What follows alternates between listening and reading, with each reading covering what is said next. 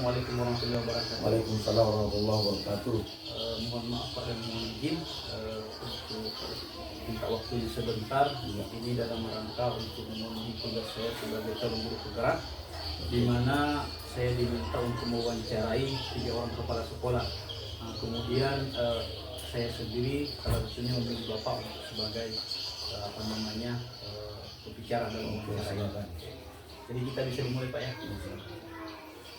Mungkin yang pertama Pak, ini ada beberapa pertanyaan yang mungkin saya akan sampaikan terkait dengan pengambilan keputusan di sekolah Bapak ketika ada masalah.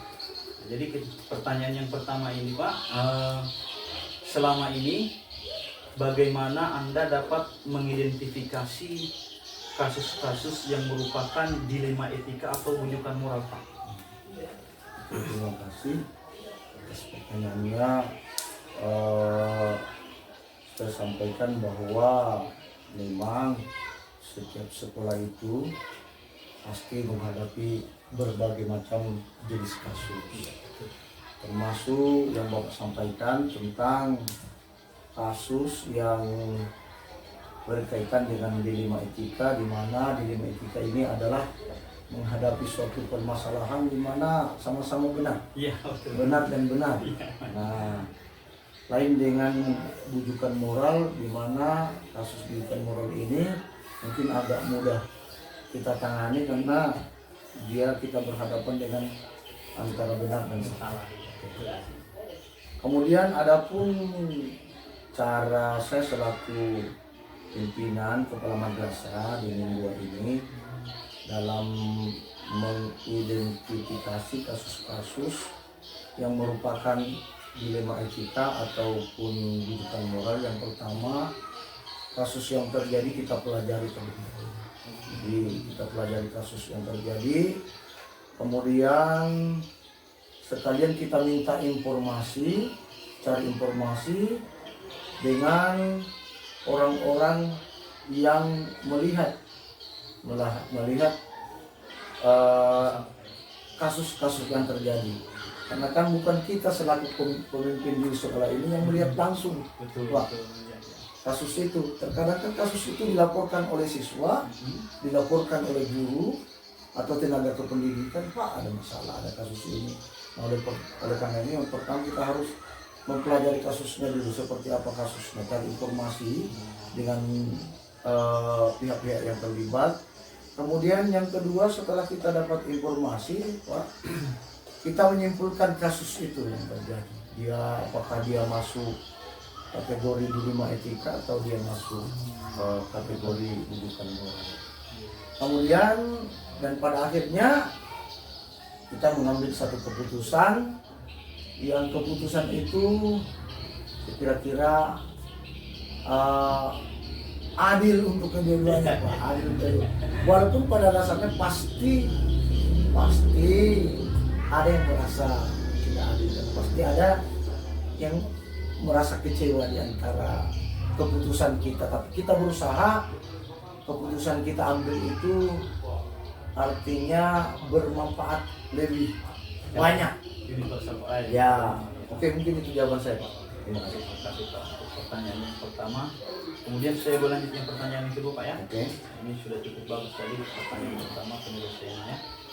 Terkait pertanyaan yang kedua Pak, jadi selama ini bagaimana Bapak menjalankan pengambilan keputusan di sekolah Anda, terutama untuk kasus-kasus di mana ada dua kepentingan yang sama-sama benar atau sama-sama mengandung nilai kebajikan.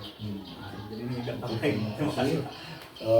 Sesuai yang jawaban saya yang pertama tadi, bahwa untuk mengambil satu keputusan dalam kasus ini, dalam hal ini, di mana kepentingan sama-sama benar, sama-sama mengandung kebijakan, maka saya biasanya lihat dari sisi kemanfaatannya, Pak. Keputusan kita di akhir keputusan kita itu yang kita ambil, kita lihat dari sisi kemanfaatan dari hasil keputusan kita ambil, mana yang lebih banyak bermanfaat yang mengandung manfaat dalam stockholder yang ada di madrasah atau di sekolah kita. Nah, jadi maka itulah yang kita ambil keputusan. Nah, sekira-kira keputusan misalnya begini lebih banyak manfaat untuk baik itu di siswa maupun tenaga pendidikan, maka itulah yang kita ambil keputusannya. Kira-kira seperti itu. Lingkungan madrasah Pak ya. Lingkungan di madrasah saja, bukan keluar. Terima kasih Pak. Kemudian saya lanjut untuk pertanyaan yang ketiga Pak. Jadi setelah itu langkah-langkah atau prosedur seperti apa yang biasa Bapak lakukan selama ini dalam menyelesaikan masalah-masalah itu? Ya, terima kasih. Ini sepertinya Pak saling berkaitan ini. Iya. Antara kasus yang pertanyaan pertama kedua sampai ketiga ini. Nah, jadi dalam mengambil sebuah keputusan, dalam mengambil sebuah langkah untuk memutuskan sebuah keputusan atas kasus-kasus yang terjadi, yang pertama yang kami lakukan adalah mengidentifikasi kasusnya. Mengidentifikasi kasusnya. Jadi seperti apa jenis kasusnya. Nah, kemudian yang kedua, langkah-langkah yang kedua atau prosedur yang kedua adalah dengan mengumpulkan fakta-fakta di lapangan atas kasus yang terjadi. Kita tanya saksi-saksi yang ada sebagai bukti. Nah, supaya kita tahu Pak, oh kasusnya itu seperti ini. Ya, ini yang salah, ini yang benar. Iya, iya. Atau dua-duanya benar. Nah, itu kan. Jadi kita harus mengumpulkan fakta-fakta di lapangan dulu Pak. Nah, itu kemudian yang ketiga, kalau perlu memerlukan kolaborasi atau musyawarah dengan pihak terkait yang ada di sekolah atau di madrasah, apakah itu dia guru, apakah itu dia tenaga pendidikan atau masyarakat, kalau bisa dilibatkan maka kita bawa musyawarah dengan guru atau pihak yang bisa diajak musyawarah. Nah, kemudian yang terakhir, langkah yang terakhir baru kita mengambil pertimbangan untuk pengambilan keputusan. Nah, ada 4 langkah menurut saya yang perlu kita lakukan sesuai yang saya sampaikan tadi, mulai dari identifikasi kasus sampai pada kesimpulan mengambil sebuah keputusan. Oke, itu jawaban saya Pak. Masih dapat langkah tadi Pak ya? Iya. Tapi kemudian untuk pertanyaan berikutnya Pak, hal-hal apa saja yang selama ini Bapak anggap itu sudah efektif dalam pengambilan keputusan pada kasus-kasus dilema etika, ini khususnya pada dilema etika. Khusus untuk dilema etika Sudah efektif. Sesuai juga yang saya sampaikan tadi, bahwa dalam jawaban saya yang ketiga tadi, bahwa hal-hal yang selama ini yang saya anggap efektif untuk mengambil sebuah keputusan dalam kasus dilema etika ini, yang pertama adalah kita harus mempelajari kasusnya Pak, terlebih dahulu. Nah, ini agak berkaitan semua ini pertanyaan-pertanyaannya ini. Penguatan aja lagi. Iya, penguatan ke bawah.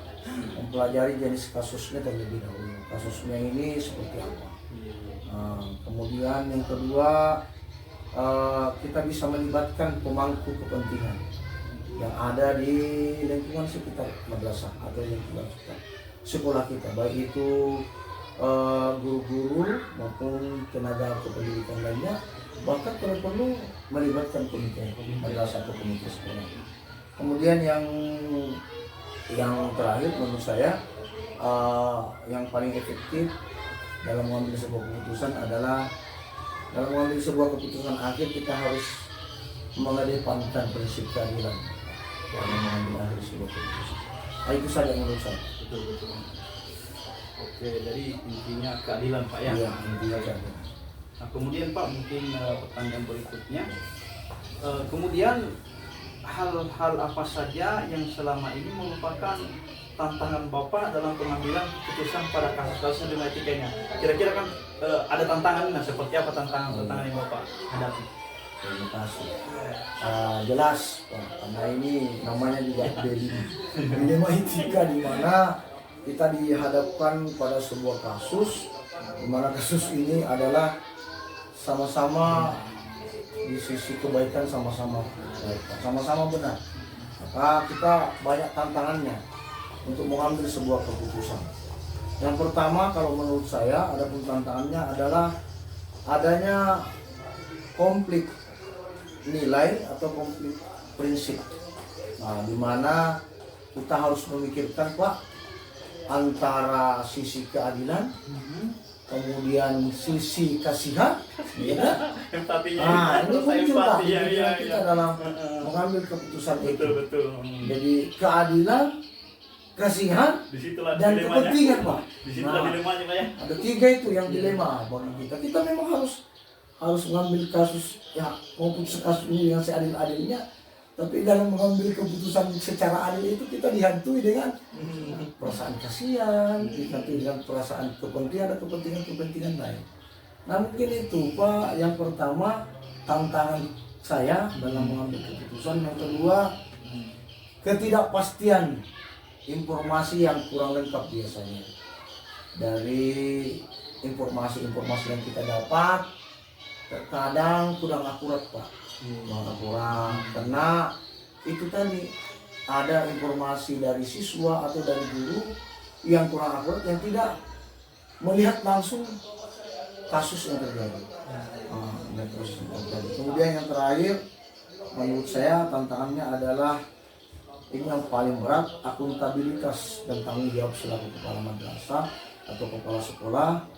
Karena adapun hasil keputusan yang saya ambil nantinya itu adalah berdampak pasti berdampak pada anak, berdampak pada stakeholder yang ada di madrasah, dan akan menjadi pembicaraan di masyarakat. Nah ini yang tantangan yang paling berat. Ada 3 tantangan menurut saya. Apalagi kalau keputusan itu ibaratnya ada sedikit. Iya. Oke. 3 ya. Pertanyaannya tadi. Oke. Kemudian saya lanjut pertanyaan berikutnya Pak. Apakah Bapak selama ini memiliki sebuah tata kelola atau jadwal tertentu dalam sebuah penyelesaian kasus dilema etika? Apakah Bapak juga langsung menyelesaikan di tempat atau memiliki sebuah jadwal yang terprogram atau untuk menyelesaikannya? Bentuk atau prosedur seperti apa yang Bapak Anda jalankan?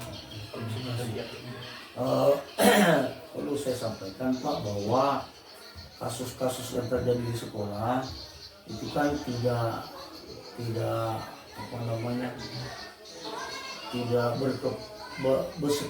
setiap hari terjadi, tidak setiap waktu, tidak setiap bulan, kadang ada kadang tidak. Oleh karenanya kalau menurut saya kami tidak pernah membuat sebuah pengelolaan atau membuat sebuah jadwal untuk menangani sebuah kasus. Karena kasusnya kan kita tidak tahu kapan kasus itu terjadi Pak. Iya, jadi fleksibel aja. Ketika kasus itu terjadi di lingkungan kita, di madrasah atau di sekolah kita, maka kita lihat dulu Pak kasusnya itu seberat apa. Kita lihat kasusnya itu seperti apa. Apakah kasusnya itu kita perlu selesaikan pada waktu sekarang, atau kita perlu pertimbangan waktu Pak. Apakah kasusnya itu hanya bisa kita selesaikan antara kepala sekolah atau kepala madrasah dengan yang punya kasus, atau kita perlu melibatkan masyarakat, orang lain. Kalau misalnya kita perlu melibatkan orang lain, masyarakat misalnya, mungkin baru kita ada terjadwal mungkin besok atau lusa. Tapi kalau spontan aja kasusnya Pak, dan itu tidak perlu penanganan orang luar, stakeholder yang ada di lain, saya kira tidak perlu, kita langsung tangani di tempat saja Pak, diselesaikan. Tergantung jenis kasusnya Pak. Ya, tergantung. Adapun prosedurnya ya sesuai dengan langkah-langkah yang saya sampaikan pada poin pertanyaan Bapak yang ketiga. Oke. Kemudian pertanyaan berikutnya Pak. Adakah seseorang atau faktor-faktor apa selama ini mempermudah atau membantu Bapak dalam pengambilan keputusan dalam kasus-kasus dilema etika? Jadi ini bantuan dari seseorang atau faktor-faktor seperti apa? Pasti Pak, pasti ada. Karena kita di madrasah ini kan tidak sendiri. Iya. Namanya juga madrasah ini kan terdiri dari beberapa unsur. Ada siswa, ada tenaga pendidik, ada tenaga pendidikan, kita yang ada di lingkup di madrasah ini. Jadi saya kira untuk keterlibatan dalam mengambil sebuah keputusan sesuai yang saya sampaikan dalam jawaban saya yang sebelumnya, bahwa saya terkadang dibantu oleh guru atau tenaga pendidik manakala kasus itu memang perlu kita bicarakan dengan stakeholder yang ada di madrasah atau di sekolah, guru atau tenaga pendidikan. Itu aja. Kemudian mungkin pertanyaan terakhir Pak, dari semua hal yang telah Bapak sampaikan tadi, pembelajaran apa yang dapat Bapak petik dari pengalaman Bapak mengambil sebuah keputusan genetika? Oke, terima kasih. Dari sekian kasus-kasus yang berkaitan dengan kasus dilema etika dan jurusan moral ini, maka saya selaku pimpinan di madrasah ini, di sekolah ini, bisa mengambil beberapa manfaat atau pelajaran. Yang pertama, setelah menyelesaikan kasus-kasus yang ada, saya mampu memilih atau memilah pengambilan keputusan yang lebih menguntungkan orang banyak. Itu yang kedua, saya mampu membuat keputusan yang berusaha untuk seimbang dan bijaksana. Nah, itu manfaat yang terakhir adalah berusaha Pak mengambil keputusan yang seadil-adilnya, walaupun ada pihak yang mungkin belum puas. Pasti itu Pak, dalam mengambil sebuah keputusan di sekolah, di pengadilan juga pasti ada yang kurang puas. Yang namanya kasus pasti pasti ada yang tidak puas, tapi kita selaku pemangku kepentingan, pengambil kebijakan berusaha membuat sebuah keputusan yang seadil-adilnya dalam hal penanganan kasus. Itu saja mungkin jawaban saya. Terima kasih banyak atas waktunya, luar biasa jawabannya ini. Wah, jadi saya juga mendapatkan ini arah-arahan yang bagus ini ke depan ini. Oke sekali Pak, terima kasih atas waktunya. Kemudian saya minta kepada kata-kata itu. Iya, sama-sama. Saya minta isikan dulu kamu dulu. Oke, terima kasih. Assalamualaikum warahmatullahi wabarakatuh. Waalaikumsalam warahmatullahi wabarakatuh.